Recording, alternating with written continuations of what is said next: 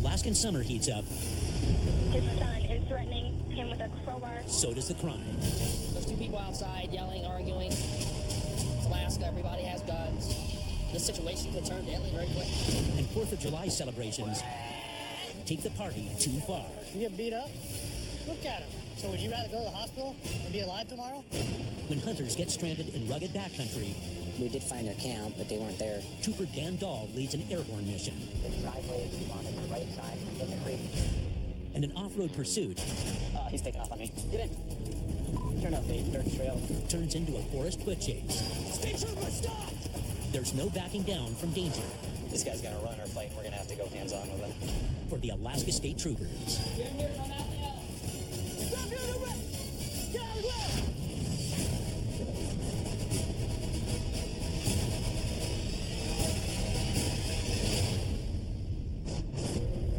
So right now we're looking for a gentleman who's driving on a revoked license. We had a call from somebody saying they saw him driving in the area. It's someone that I'm familiar with. He's pretty hostile towards law enforcement. I was assisting him with a DUI arrest when this gentleman emerged from the trees and attacked us. The two of us ended up getting in a fight on the roadside with this guy. He'll resist arrest if he's contacted. The call takes Trooper Knoll 14 miles outside of Palmer to a remote area far away from backup. And the town that we're coming to is not a town that embraces any type of government interaction. And I'm the only trooper on duty that's on this side of the valley tonight. E55. You're subject that's coming out of this store right now. Pepper. He's at the general store right now. Got off-duty sergeant watching him. You're getting into a purple extended Dodge pickup truck. Pepper. Knoll quickly spots his man. 10-4 confirmed expired. Alright. Yep. It also has fake registration tags on it. I'm back on before I'll be up to the suspect. Who's been driving your truck? You know you're revoked, right? Yep, that's my driving. Good. What are the plates on it? What are the plates? Here, let's take a look at the plates real quick. Knoll can't prove the man was driving the truck, but he may have found another violation. That's real registration. Yeah. Who put that on there?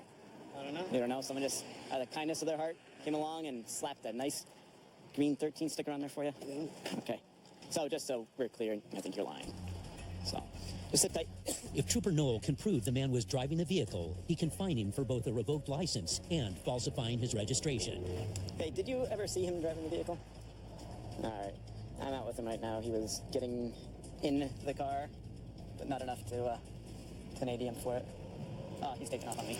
Get in.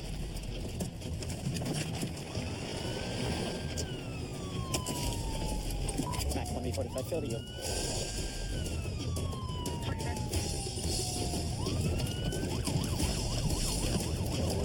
Fail the yield going up Jump Mine Road.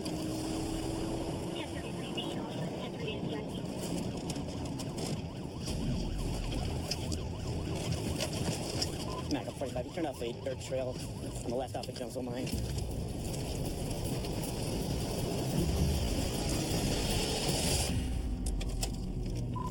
Mac up 1B45. I lost sight of him. He's going to be southbound Glen. Is there anyone at Palmer Post? He went down a four-wheel drive trail, and I was able to keep up with him until we got to a creek that he went through. And at that point, I wasn't able to follow him. Knoll heads to the other side of the creek, hoping to pick up the trail. 32, 145. It's going to be a purple Dodge pickup. Problem is, he is very familiar with the roads and the four-wheel drive trails off of them, so it's going to be hard to catch up with him.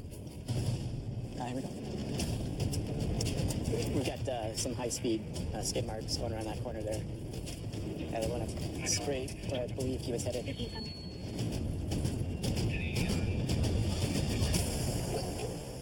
He's gone. Mac, I'm 45. I've lost sight of him.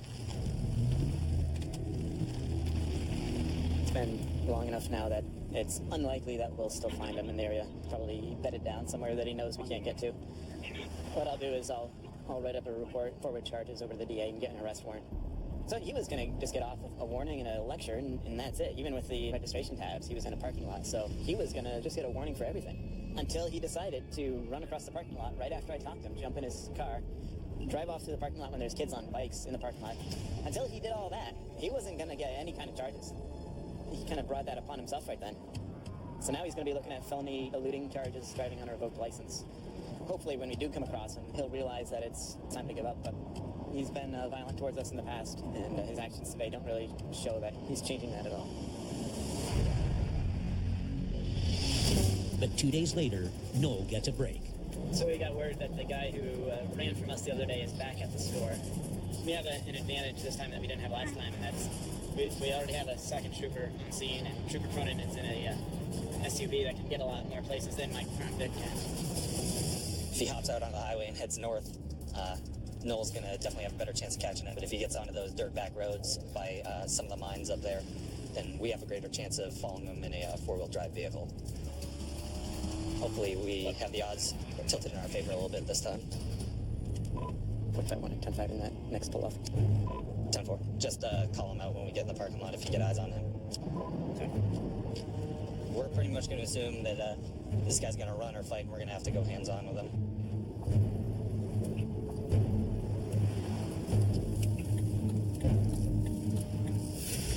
There are 2 people out on the road watching us.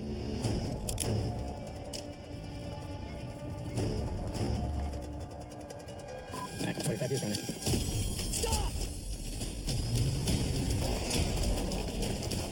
State trooper, stop!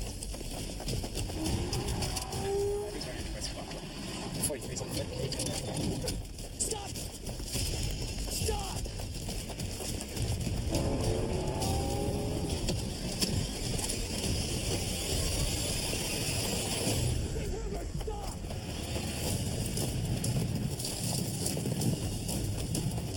State trooper, stop!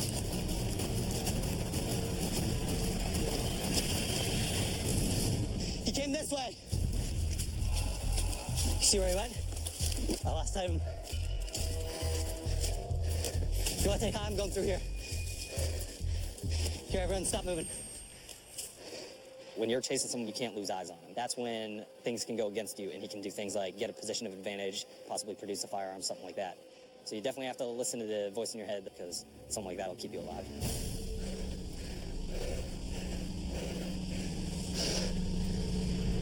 Let's get back to our vehicles. So basically, the guy fled on foot, and just like I said, he had, quite a distance that he saw us from. He saw us pull in, and then he bails into the woods. So I immediately hopped out to chase him. Was gaining decent, but it's thick right there, and he hopped down this little ridge, and rather than just run blindly, I was trying to get a beat on where he went. So right now we're gonna have to be hanging out until we see something. Hopefully none of these guys did anything to our vehicles, because they were yelling at him to run. What do you guys think he would have gone? Did you get him? Would I be asking these questions if we did? No, I guess not. So, I know some of you guys, at least, I know, want him to get away, so I'm not saying all of you do. Yeah. But if you guys see him, you gotta let us know. Because we have this state law called hindering prosecution. And right now he's a fugitive, so if anyone helps him out, they go to jail for a felony too. All right, guys. See you later.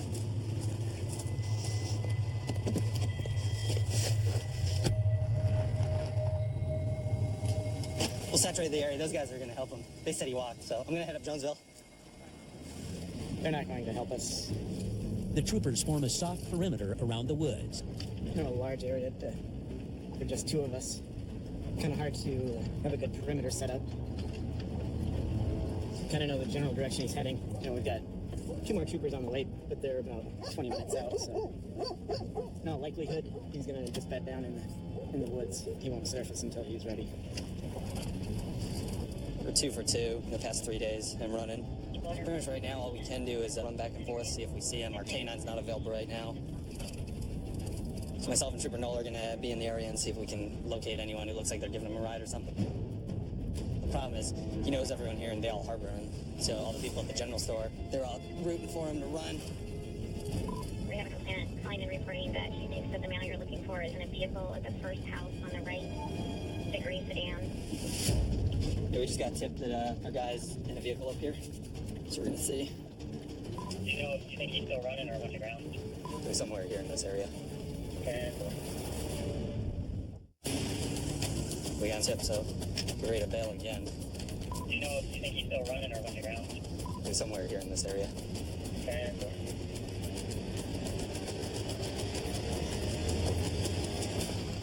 So I think he doubled back. After 3 hours of searching for their suspect, Man, that was unfortunate. Troopers Knoll and Cronin call off the hunt. All right. You can get away right now, but that means you're just going to be scared and on the run until we catch you again. Until then, he's just going to be looking over his shoulder every 5 seconds, expecting to see a state trooper vehicle pull up. The Matsu Valley's 25,000 square miles offers the suspect too many places to hide. Now, all troopers can do is wait for a tip. And a week later, Trooper Cronin. Okay. one finally comes in. All right, I'm 1019. We got a tip on where that guy that we were chasing is, so myself and Trooper Knoll are going to run up there and see if we can locate him before he splits. So we got a tip that our subject is staying at a residence that we had actually already tried to contact him at. So now we got info from a person that he's there right now taking a shower. So we're going to try and get up there, get eyes on it until Trooper Knoll can get there. Another 21. Last thing we ended it had tan in color, green shirt, dark blue jeans. He was on a bike. We should be able to see if he leaves. I mean, this guy, more than many people we deal with, we really need him to be surprised. Pretty much want to be at least within 50 feet. Given his behavior, he's going to run. And when we catch him, he's going to fight. There's pretty much no doubt about that at this point. Cronin rolls up on the scene just ahead of Trooper Knoll. Right now, I'm just sneaking up nice and slowly. I don't really want to just drive right up there, because if we pull into the only parking in the area, then he's going to bail on foot. With how desperate he is and his behavior, he definitely poses a danger to us. I don't know whether he's got a gun, but most people up here have guns. So I'd say we're going to assume that he's going to fight, assume that he's going to try and harm us. It's kind of near that fireweed, I think. It's probably going to go down the power line trail, not out on the road. That's a good point. Well, let's park just a little ways up here on the side of the road and walk up. Problem is, it's another spot that he knows really well, and he'll be able to hide if he sees coming.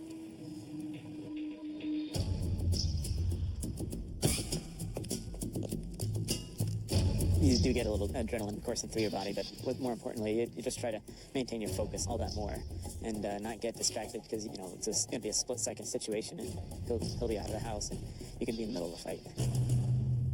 What I want is if he comes out, we run at him and yell, "You're under arrest."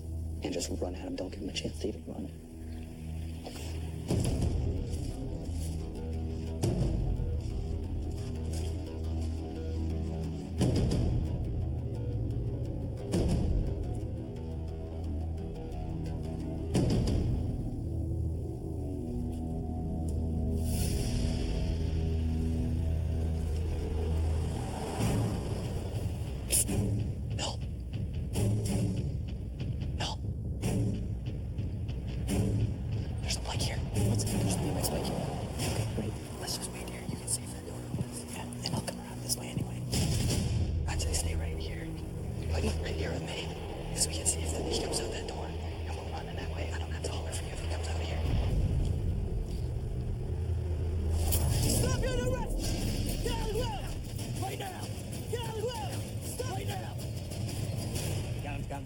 I got cuffs. You're under arrest. So you know the other day at the general store? Mm-hmm. That you took off?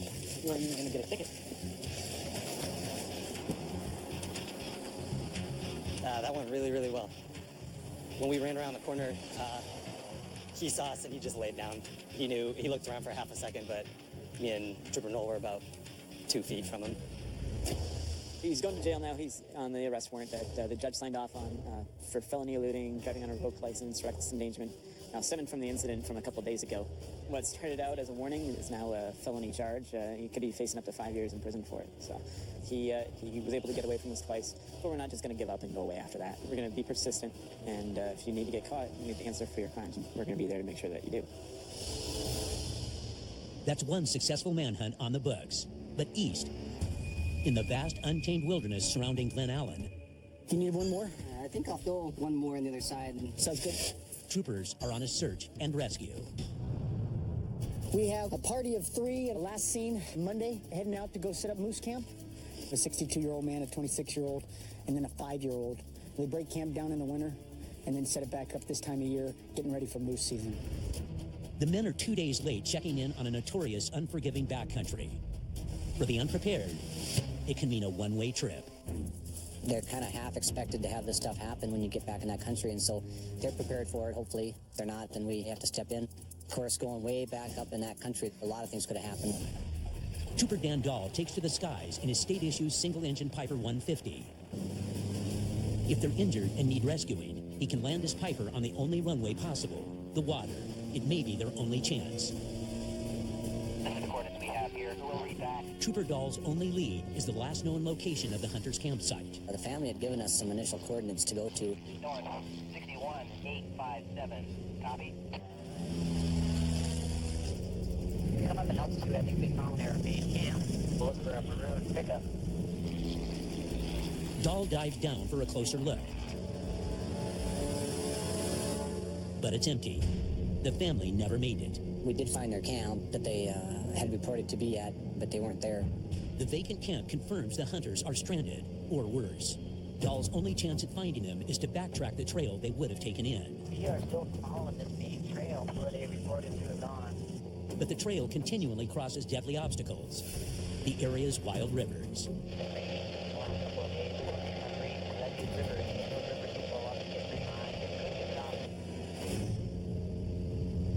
We crossed the Black River, which didn't look like it was too crazy high. Now we're coming up on the ocean, on the Little Ocean, probably a good name for them, but they're the ones where you may come up to and say, hi. When we hit the Oshitna, we hadn't found any sign of them. If the hunters got stuck crossing a flooded river, the rushing waters could have easily washed them downstream. We ended up following the Oshitna upriver. Trooper Dahl continues flying, scanning the ground for the hunters or their vehicle. Still no sign of the family. Then, Parking 12127, go ahead. Some vehicles in the river here. I'm going to dive down and take a good look.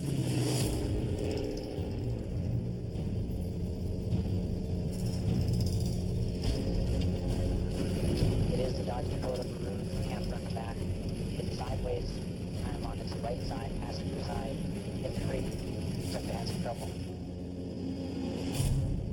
It's sideways, kind of on its right side, passenger side. Because they tried to cross, except they had some trouble. The truck was in the river. It was in the hard part of the stream, in fact, the main current, and it looked like it had gotten turned sideways, and it was kind of half on its side. They were stuck in kind of a bad situation. Is the vehicle upside down or right side up? No, it's like it's right side up. Camp 4 is a red color? It is, if it's a description. Camp 4, yeah, maybe around 60 trail miles from the Eureka, so there's still a long ways. 60 miles from the main road makes a rescue mission a dangerous endeavor. Dahl makes another pass to see if anyone's injured.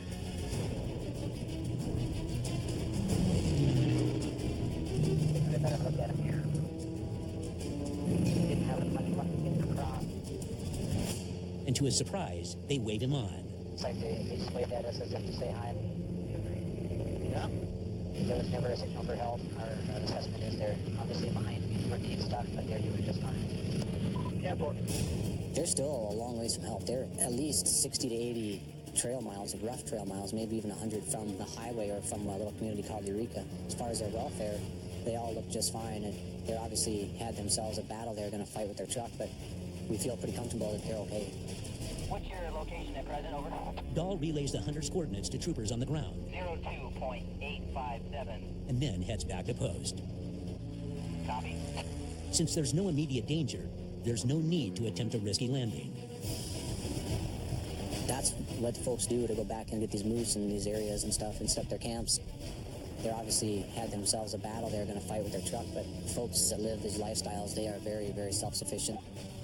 It's definitely, it sounds crazy maybe to some where they're 100 miles from anything, yet they're probably not too worried, and if they are, they got help coming.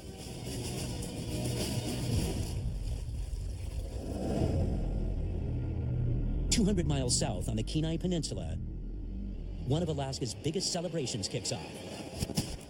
The 4th of July weekend.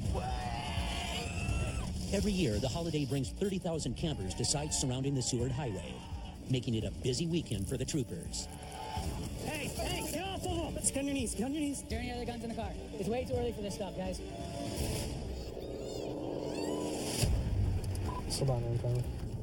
To help with this weekend's larger-than-usual crowds, Trooper David Loring is working outside his usual patrol. They take troopers from different places in the state when they need extra help. And being 4th of July in Seward, we've had times in the past where we just haven't had enough troopers. A lot of alcohol-related stuff, DUIs and assaults. It just, you never know. Crowd control out here can't be done from a squad car. So Trooper Loring heads in on foot to keep the peace. What's going on, guys? Happy 4th of July. Well, I didn't know you were going to come down and go to the bathroom when I showed up. You could have finished. You didn't have to stop. Now you're going to pee all down your leg. So what's the whole shit? I just want to say hi, dude. Can I say hi? I'll tell you one thing, though. What's up? You might want to lighten up a little bit on the alcohol for a little while. If you want to last all night, actually, You don't want it anyway. yeah, I don't want you all night lasting, so why don't you end in about an hour? We'll see you. Have a good night. Take it easy. Yeah, we'll see you guys. Have a good one. So basically, we make our rounds, go to different campsites, and you can kind of figure out which individuals are going to be your troublemakers later on in the night. You know, they'd cuss a little bit, joke around, we'd have a good time, they'd be your best friend. Then 3, 4, 5, 6 hours later, you know, they're running from you, wanting to fight and drink a lot more alcohol, and it's just not good. As night falls, trouble brews. Spot 121. I'll be out with approximately 20 plus individuals. Hey, bud, what are you guys doing down there? You all right? Yeah, I just took a tumble. I'm sorry. Let's go, man. Yeah, I'm sorry. Come on. Come on. I'm sorry. Okay, do this right here. I'm sorry. Turn around right here. Just sit down for a second. I'm sorry. Okay, lean right there. No, he's still asking Steve. You get beat up? He just fell down the thing. Look at him. Seriously. You get beat up? I'm sorry. Okay, do this right here. I'm sorry. Turn around right here. Just sit down for a second. I'm sorry. Okay, lean right there. No, he's still asking Steve. You get beat up? He just fell down the thing. Look at him. He just fell down that. Seriously. You get beat up? Just took a tumble. Does he keep on falling or what? Yeah, I just keep going. Okay.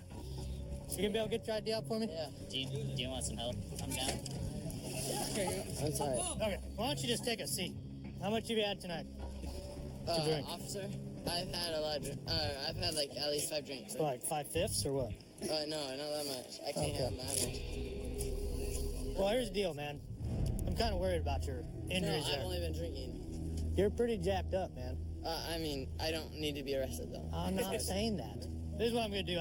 Because my conscience wants me to do this, I'm going to get medics. You don't have to go with them, but I want them to at least look at you.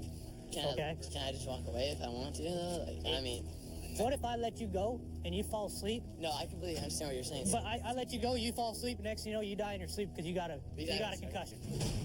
You know, when it comes to head injuries, you just never know what's going to happen, and then alcohol too. Who is it? These are the guys that are going to make sure you're all right. Alcohol, you know, it makes you sleepy. It makes you want to go to bed, and it thins your blood as well. And so I just don't want, for some reason, him having a head injury and then just all of a sudden he has some type of stroke or something, you know, in case he did something really bad. The man has massive bruising all around his head. Paramedics recommend the man seeks further medical care. That as much as he's had on board, if there is a concussion, the big risk is you know, he doesn't wake up because he's got a brain. After we walk away, what's going to happen? So you want to take it? I'd rather err on the side of caution. There's a small chance you have a brain leak. Okay, you have blood. You might. You have some significant bleeding. You got more bruising in your head, around your head right now, than a football player after 2 or 3 concussions. But he refuses medical attention. So would you rather go to the hospital and be alive tomorrow? Say something does happen. You're dead. So let's get you out of here, okay? Yes, sir. Finally, Trooper Loring convinces him Sir, we can go. Have a good night, man. Yes, sir. and possibly saves his life. He's not in any trouble. You're not going to be charged with anything. He understood that he could potentially die, worst case scenario. And I think that scared him enough to realize that, you know, it is serious and he needs to go to the hospital.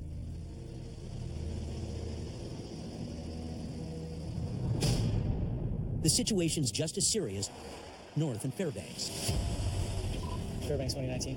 where Trooper Brian Zeisel races to an urgent call. 26-1019 for a disturbance. I have on the phone who states that his son is threatening him with a crowbar. Now his son is hitting the house, claims that he was trying to burn the house down by stuffing the stove while it was lit. Sounds like a disturbance between a father and an adult son. The father called, says the son has a crowbar. You know, just fine. I've lost my complaint on 21, attempting to recontact now. Last he said was his son was coming back towards him in the field. I asked him to get somewhere safe and the line's disconnected.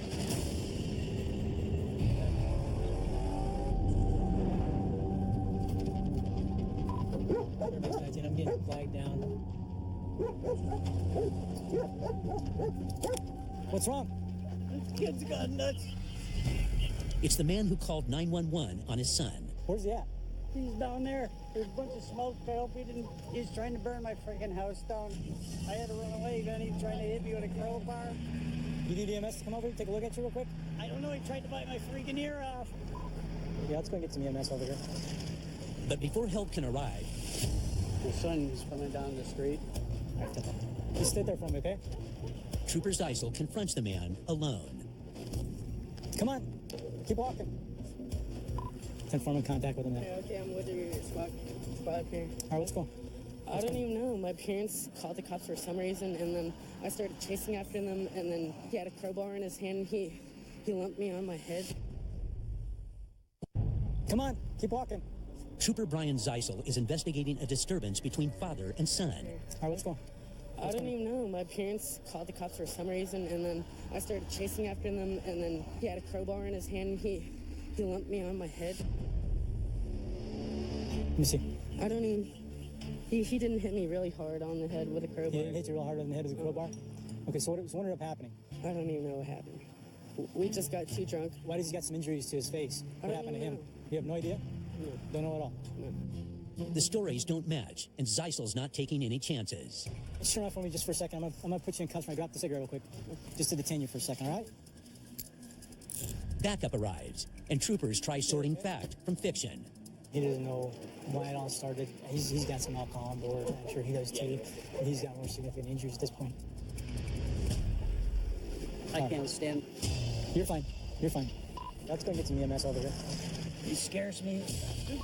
Kid's got nuts. Just sit tight, all right? With dad having the most significant injuries, and son doesn't look like... He said he got hit in the head with a crowbar, and I felt his head. I don't feel anything. And he's like, it didn't even hurt. He's all over the board with the story. His timeline's just all screwed up. Yeah, I mean, so... Trooper Zeisel makes the call. We were able to determine that it was the son who was the primary physical aggressor in this incident. The father's injuries were pretty significant. The son's going to jail for the assault.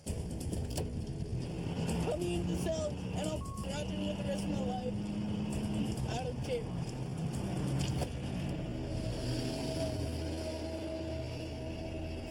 Back on the Kenai Peninsula, the 4th of July festivities are still going strong, despite the rainy weather. Generally, when you have weather like this, it'll dampen a little bit of the celebration. You'll have some of the people that would normally come out, they just don't come out. But, of course, the ones who are really diehard and want that party, they're going to show up anyway. This year, despite the weather, a large crowd has gathered up here.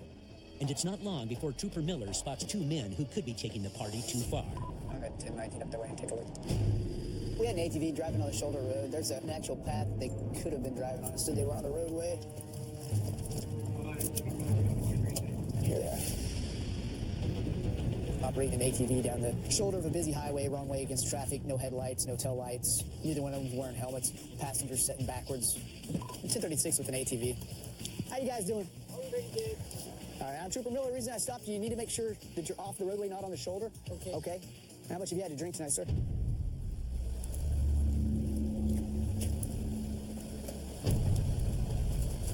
How much have you had to drink tonight? How much alcohol have you had to drink? A few. A few? How many is a few? A few. Okay. More than 5? Less than 5? I have a few. A few? Miller recognizes this man from a past run-in. I'm pretty sure that I've arrested him for DUI last year and that I believe he was on probation then. He double checks with dispatch. 97 times 2. They're both revoked, so they're both on DOT. After the alcohol, drug paraphernalia, or prohibited weapon. So they both have no alcohol conditions? Affirmative. Simple. I'm out for test. I'll contact the PO here as soon as I'm done. Put your cigarette. I want you to step up here. I want to take you out, okay? I want you to stand right here where my light's shining. Face my vehicle for me. When I tell you to begin, you're going to be taking 9 heel-to-toe steps. Stay on that line for me. With his record, a DUI could mean jail time. In addition, I want you to look at your toes. I want you to count your steps out loud for me, okay? Go ahead and begin. Go ahead and begin. On. I drink. You're not going to do it? Well, I can't pass it. Okay. You don't even want to try? I can't. No. The man denies the field sobriety test and jumps straight to the breathalyzer. Just take a breath. You're going to make a good seal around the straw with your mouth. Blow. Keep blowing, keep blowing, keep blowing, keep blowing, keep blowing, keep blowing, keep blowing. What's that say right there? 0.152. Okay, it's almost twice the legal limit. So you will be being placed under arrest for DUI, all right? Miller checks to see if the passenger's fit to drive. The straw. Blow. You're not blowing. You're not blowing. He blows just under the legal limit of 0.08. It's 0.069. He's still in violation of his probation, but Miller lets him off with a warning. The driver isn't so lucky. They're on probation already for felonies that they've committed, and then here we are, again, kind of same situation. Some people just never seem to learn. It can be frustrating at times, but it is what it is. Miller heads back out to check on the Independence Day revelers. There's a lot of campgrounds, attracts a lot of RV and tent campers. This time of year, particularly with the 4th coming up, there's kind of an influx of people out here, and you start getting people drinking, fighting. They start having conflicts with each other. His patrol takes him to an area of rental cabins normally packed with partiers. This time of night, definitely the time of night that generally a lot of the people out are up to no good. All is quiet. Then... So about 2040, got a male subject. He's passed out, almost falling in the fire, it looks like. He's laying just a couple feet away from a fire, which he could easily fall into. The door to the cabin that he's renting is standing wide open. Somebody can come up, take advantage of the fact that he's passed out. Anytime I have somebody like that, just stop, check on them, just check their welfare, make sure that they're doing okay. Hello? Hey. Hey, wake up. Wake up. Wake up. Hey. Hello? Hey. Hey, wake up. Wake up. Wake up. I'm right here, bud. How old are you? No. Let me see your ID. I'm a state trooper. Let me see your ID.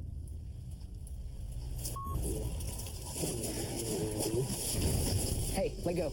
Let go. I'm not touching anything. You want to Dad. cooperate with me? Just listen, okay? I'm here because I'm a little concerned about you because you're passed out sleeping right here, okay? I've been waiting on people. Okay, well, listen. You got your ID with you?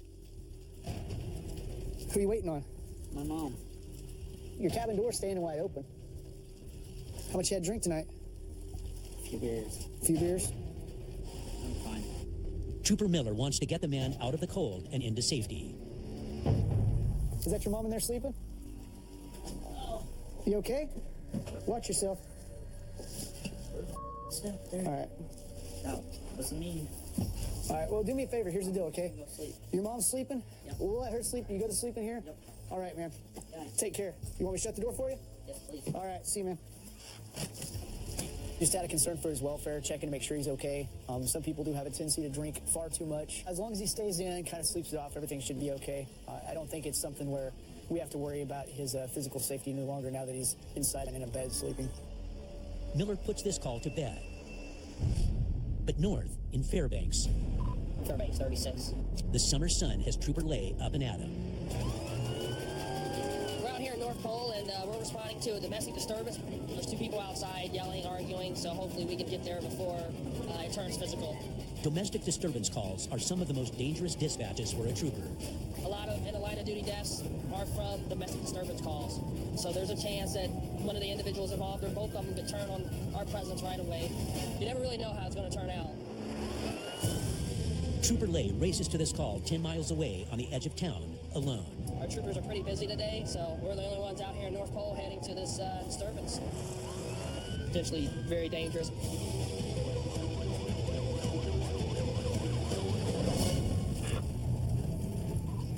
Fairbanks, I'm 23 in the mobile park. I'll be looking for a unit. Hold on a second.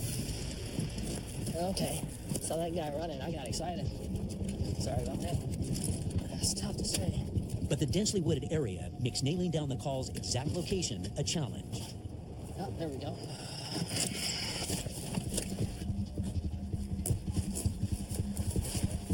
Hi, ma'am. State troopers. Where's the gentleman that... Oh, right here. Sir? Hello. Hi. Good. Can you come out and can we talk to everyone real quick? Sure. We had a little argument. Yep, that's why we're here. I gave her some money today. I gave her the last $160. She went with the landlords. I thought she was going to buy some food. She went to the sex store and bought sex clothes. And I told her I was mad when I came home. And I was like, why did you spend her money at the damn sex store? But it's not. I mean, show them the stuff that you bought. No way. Yes. I don't care. Show them what you did. You know, I don't know how upset I'd be. It's like I'm just saying, though. Come on, Oh. Bring the box.